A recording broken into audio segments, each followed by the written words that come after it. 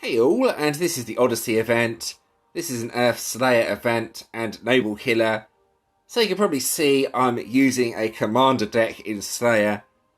I really don't have that many other options, unfortunately. My Earth Slayer teams are not that good. I've tried a few out, but my commander deck does more damage. I get around 500 trillion out of this. So it's not disaster, but it's not really good enough for the Radiance, but I'll talk through the team anyway. So Visions of the Void. This increases damage done by Beast Killers by 4%, but it actually targets all cards. Makes it very effective to have on the team, and it's a similar story with Awakened Dream Guardian. Again, it increases damage done by Beast Killers. This is why they're both on the team, as it doesn't just work on Beast Killers, it also works on all other killers. It boosts up Brothers in Banditry, which is always good. That's the card I'm focusing the most damage on. Then Oasis Allies. Creates power gems, and it does have that Cleanse skill and a Dispel skill, so it makes it very useful for this event. None of the enemy skills will really have too much of an effect for that reason. Orochi Marauders. This is mainly because it has the increases Earth Commander damage by 80%. It also has a revive, even though I haven't come close to dying yet. But yeah, that's another good card, and the main reason that's on the team for the boost. And then finally, Brothers in Banditry. This is the main hitting card, and for that reason, it's 5 times Awakened. Creates 6 Earth Power Gem level 6s. Next time this hero attacks, 300% increased damage and Dispel, Blind and Dodge. So yeah, it makes it an extremely effective card in Commander. Not so effective in Slayer, but still I can sometimes get 300 trillion or so out of the card, so it's not too bad considering it's a Commander deck. Onto the relics. Well, this is basically designed to be a turn 0 deck, so I've not put too many Noble Killer relics on the team. However, with the second team, I've put the Noble Killer relics there. I'll just talk through these very quickly. So the first one here, that's a light one. I'm very limited for Noble Killer relics as well, which is making this quite hard. That breaks 2 shields then. Another 2 shields here. Another 2 shields here. Very old one here that breaks the 1 shield. Then finally, a generic Earth Commander relic. That's just to target all Earth Commander heroes like so, and just to get a few extra green gems at the start. So I have come up with a rather strange idea that you can try. It involves the Metaverse Masters card from the previous deck. If you have a look at this card, it converts all power gems to dark, then gives the next card a 150% damage buff. Now the event deck does actually convert the gems to Earth, so what you can do is use Metaverse Masters to convert the gems to dark, then use whichever card does the most damage, in this example Brothers in Banditry. Then you can convert the gems back to Earth, if that makes sense, and that will hopefully do decent damage. Now I've seen players doing 30 to 40Q of a combination like this, so it's worth trying if you have the cards available. So there we go, that's the teams I've made up for this event. I'm not doing the vault during this video as I'm saving my gems for the next event. Let's move on to the actual event. Here we go.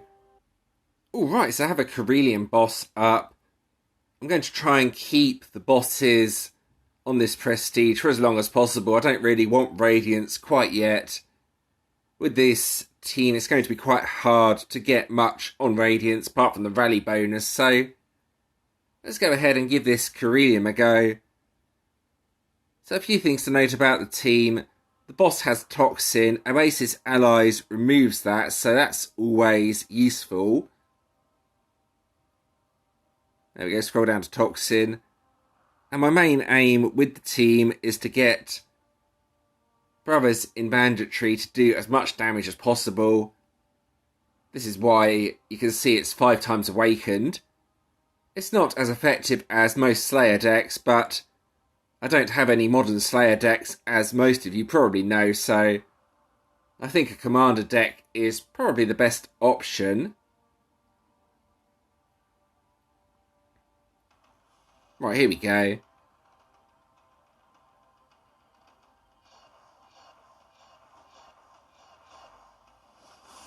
See how much damage I could do with this deck. It won't be spectacular damage, but it'll be enough to kill it. It will take a few attacks. I don't really enjoy Slayer that much, if I'm being honest, so I'm not overly fussed about doing well. I'll just do what I can with this deck. But yeah, I've given a few ideas in the first part of the video. That Dark Commander card could be really effective. You can see about 500 trillion total damage. So yeah, not spectacular, but it will kill the Carillion boss.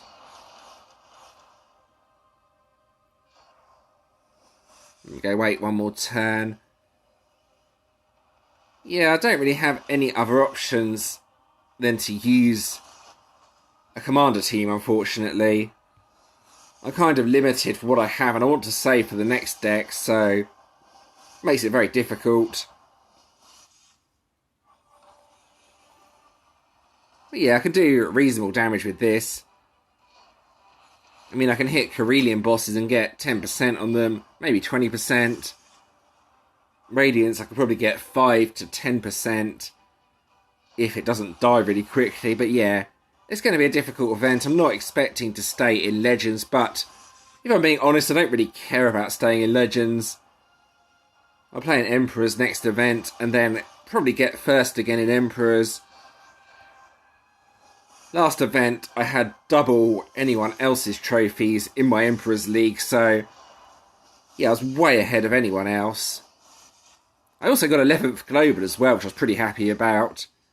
Definitely one of my best results on the game for a long time. It's quite a strange event as well. All the GVG guilds were competing for that Warden Stone. Definitely an interesting event. It was quite a fun one as well. I really like dark decks or dark events. They seem to be the ones I do the best in. So I think this boss is nearly dead now anyway. That's the important part. Toxin doesn't really do a lot to this team, as you can see. So yeah, Toxin's not an issue. Toxin's normally really difficult to deal with on certain teams.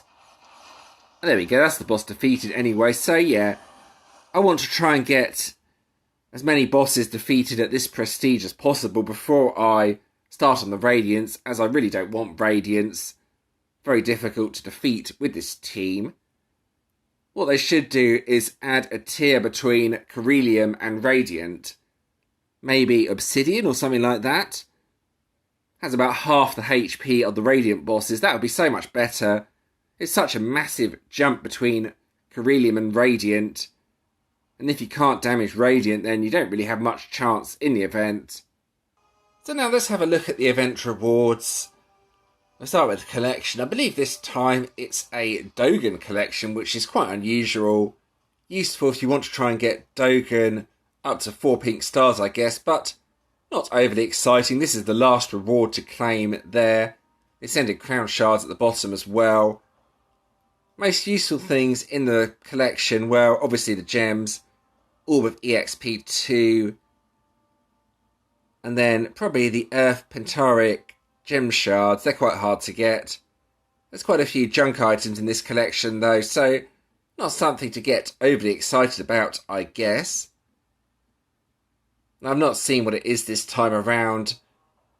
I'm only just going to stay in Legends, or I'll probably get booted out of Legends, as I don't really have the deck to hit Radiant bosses, but it is a Water Warden. Let's have a look at this. Auto heal and Dispel auto heal, okay.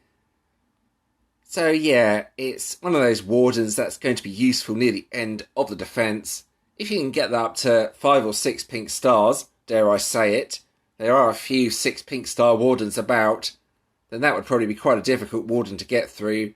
Well, at 6 pink stars it would be basically impossible with auto heal, but yeah, probably not an overly exciting Warden, but one you may want to consider using if you have a water defence.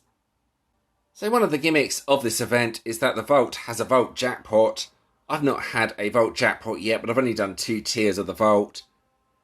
You have a chance to get some very interesting rewards. Here's the example, some 4-star legend relics. They look like GVG relics to me. The jackpot changes each day, so that's to try and make you buy the Vault each day, I guess, but I wouldn't get too excited about that. The Vault hasn't really changed, it's just a bonus that you have a very slim chance to get.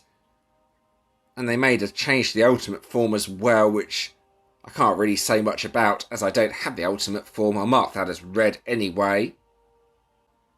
So yeah, I definitely feel it's worth looking at the actual event deck now. I believe this will work with Metaverse Masters as, yeah, the ultimate form turns all non-Earth gems into Earth gems. So yeah, it will work. It's something to try anyway, that's for sure. Be interested to see if you can make it work and what sort of damage you could do if you try that. The ultimate form also has a revive on it as well. Last stand stacks with normal revive skills. Interesting. So the passives on this card, Soldiers to Swine, creates a swine soldier for 2 turns. Attacks alongside for 30% of the main attack's damage. So it sort of sounds like a bonus attack, but also creates power gems? That sounds quite interesting anyway. It's not a deck I can try out, unfortunately, but it definitely sounds like an interesting deck mechanic. Then the 2 individual cards. I could go and craft this deck, but I want the next deck, so that's why I haven't crafted it yet. Plus, I really don't enjoy Slayer. I find it really boring. I like Commander, just not Slayer. You probably already guessed that, though, from my teams and cards. But there we go. You can see here the revive and the conversion. Then if we go on to the other card, increases Earth Slayer attack by 35%. So this may be the better out of the 2 cards if you're only going to get one of the cards, but it's hard to say as I can't test the deck as I don't have it and have no intention of getting it. Have a decent amount of gems as you can see there though, so I will be saving for the next event and hopefully it'll be a decent deck that's fun to play around with. And there we go, that's the end of this video. I hope that was helpful. As always, if you did enjoy this video, leaving a like and subscribing to the channel is always appreciated. Thank you to those that have already subscribed.